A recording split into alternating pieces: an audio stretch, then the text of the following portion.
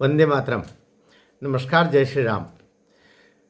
कल सुबह 6-7 बजे, कहीं 7 बजे कहीं 6 बजे, अलग अलग स्थानों पर अलग अलग समय है, मतदान आरंभ हो जाएगा। महाराष्ट्र में एक ही चरण में सब कुछ निपट जाएगा। विधानसभा का 288 विधानसभाओं में एक साथ मत पड़ेंगे कल सुबह से। कल सुबह है ना 20 नवंबर। और झारखंड का दूसरे फेज में जितनी सीटें बची है 40-43 पहले हो गई थी, शेष में कल वोटिंग है। और उत्तर प्रदेश की 9 विधानसभाओं के जो उपचुनाव हैं उनमें एक साथ 9 में वोटिंग होना है। और इस दौरान आज दिन में 2 धमाके हुए। एक महाराष्ट्र में धमाका हुआ, एक उत्तर प्रदेश में धमाका हुआ। महाराष्ट्र में जो धमाका हुआ वो विनोद तावड़े जहाँ पर थे, जिस होटल में ठहरे हुए थे, वहाँ पर उनके कक्ष क्रमांक 405, 406 जो भी बताए गए हैं, वहाँ से पैसे बरामद हुए। पैसे तो यदि भी लगभग 9,40,000 के लगभग ही, 9 लाख के लगभग ही बरामद हुए। कहीं कहा जा रहा 8 लाख ही बरामद हुए। लेकिन बरामद हुए से मतलब वहाँ पाए गए। अब जहाँ पर भी एक पेच है बहुत बड़ा कि विनोद तावड़े उस समय उनका जो कॉन्फ्रेंस हॉल है वहाँ बैठक कर रहे थे और उनका कक्ष वहाँ पर खुला था। उस समय ये जो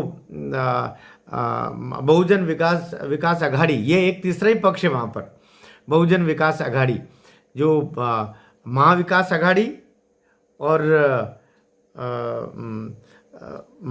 अपने महाविकास आघाड़ी और महायुति और ये महाविकास बहुजन विकास आघाड़ी, ये एक और तीसरा ट्रेंगुलर है।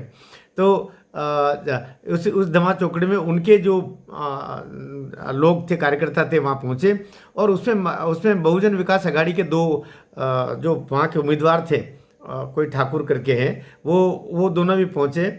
और वहाँ पर ऐसा लग रहा है कि वो योजनाबद्ध तरीके से किया, लेकिन वो जांच का विषय है। चुनाव आयोग ने भी FIR दर्ज कर ली है। साथ में वो जो दोनों बंधु आए थे जिनका कहा गया कि उन्होंने उसको षड्यंत्र पूर्वक करके उसको विनोद तावड़े को उसमें फंसाया है, क्योंकि पैसा उनके पास से बरामद नहीं हुआ। और वो उस समय भी बरामद नहीं हुआ जब वो कक्ष में थे, वो उस समय कॉन्फ्रेंस में थे। तो कक्ष में कौन गया, कौन था, किसके पास चाबी थी? क्योंकि आमतौर पर जब पार्टी के नेता लोग जहाँ जाते हैं तो वो कमरे लगभग खुले ही रहते हैं। इस तरीके से पैसे नहीं बटते। पैसे बटने होते हैं तो वो तो 6 महीने पहले से बटने शुरू हो जाते हैं। और आजकल तो जहाँ तक कुछ नेताओं से मुझे जानकारी मिली है, वो भी कांग्रेस के नेताओं से, कि आजकल तो वो खाते में पहले ही पहुँचा दिए जाते हैं। वो ज़माने ख़त्म हो गए कि जब इस तरीके से पैसे बांटे जाते हों।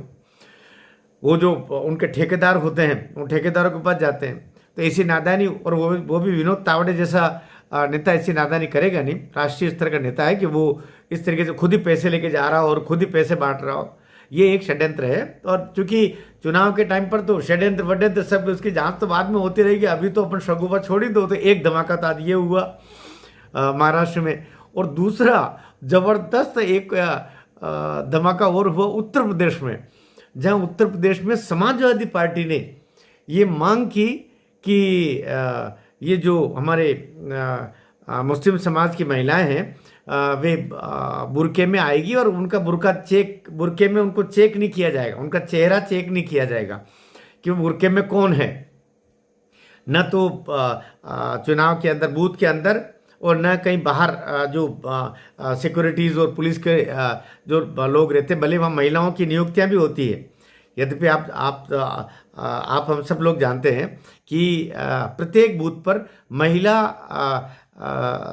चुनाव अधिकारी की भी नियुक्ति की जाती है। वो जो पीठासीन अधिकारी होता है उसके साथ में जो 3-4 अन्य मतदान अधिकारी रहते हैं, पोलिंग ऑफिसर जिनको कहते हैं।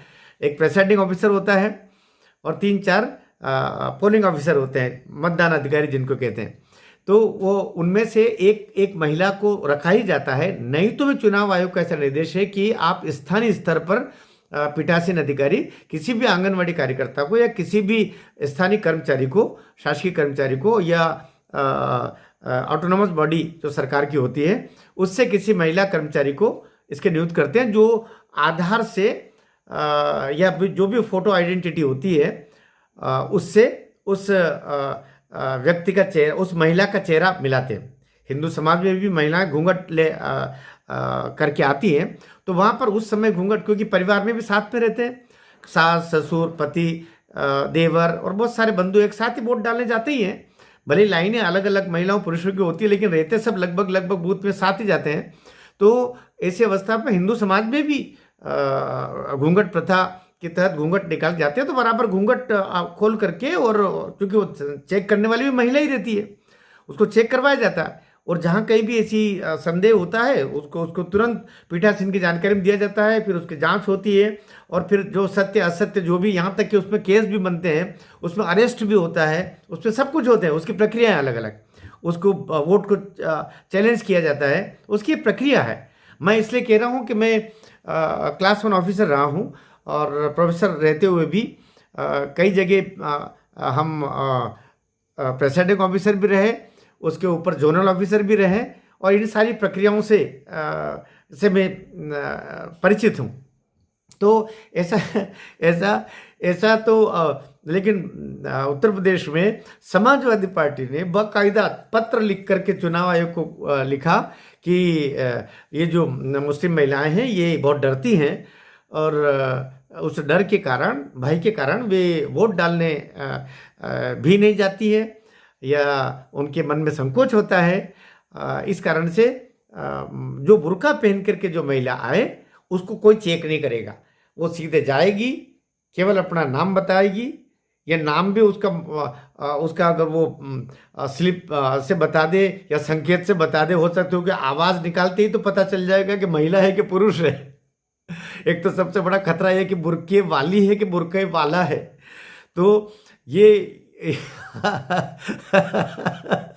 बड़ा क्या अखिलेश बाबू, किस दुनिया में हो तुम, क्या चाहते क्या हो? अब समझ में आया है कि अभी जो आपका जो अभी लोकसभा 2024 में जो वोटिंग हुई, और सपा और कांग्रेस जो सीटें लेकर के आई, 37 से 38 सीटें लेके आ गई, उसके पीछे का राज समझ में आ रहा है कि बुर्के में रहने दो, बुर्का न उठाओ, बुर्का जो उठ गया तो भेद खुल जाएगा।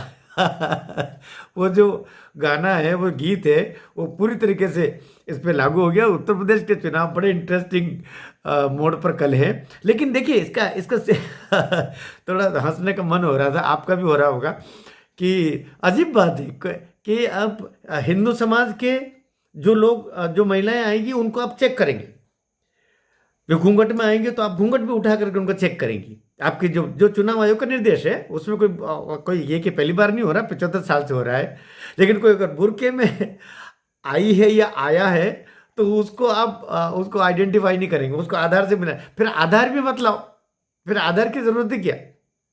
और उसमें कितने आ रही है, और उस आ रही में कितने आ रहा है, कितने आ रहे हैं उसमें अंदर पता ही नहीं चलेगा।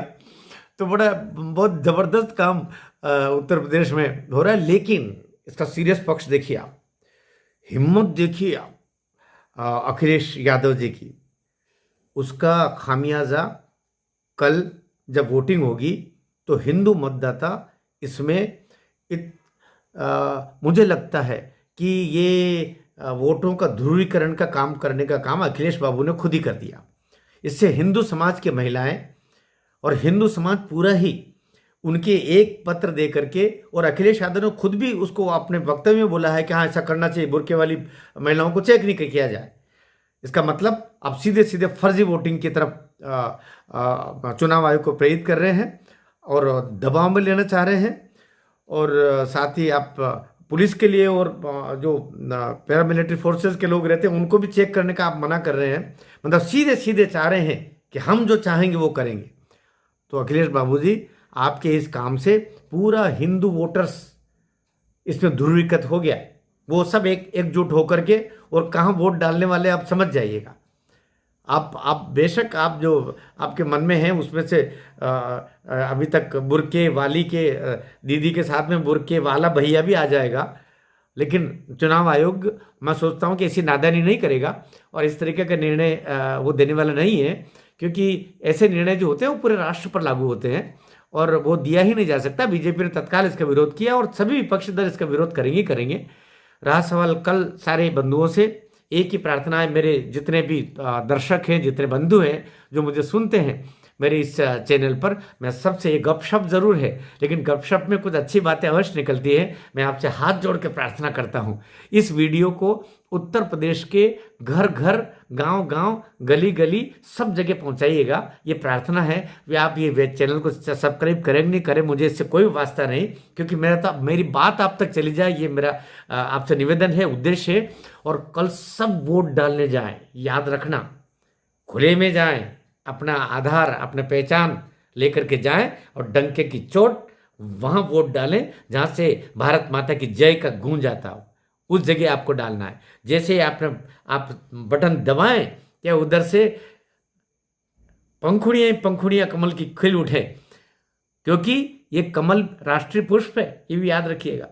और ये निवेदन आपका जो मेरी ओर से जा रहा है, ये खाली नहीं जाना चाहिए। मेरी प्रार्थना है कि आप वोट अवश्य डालें, पहली चीज़ है वोट अवश्य डालें, और सारी अपने माताओं बहनों को, जो नाते रिश्तेदार बाहर बीजेपी के कार्यकर्ताओं का रास्ता नहीं देखे।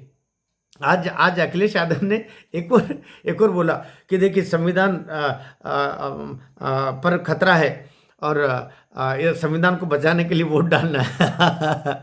तो ये अभी ये 2024 में काठ की हांडी एक बार चढ़ती है अखिलेश जी, बार बार नहीं चढ़ती है।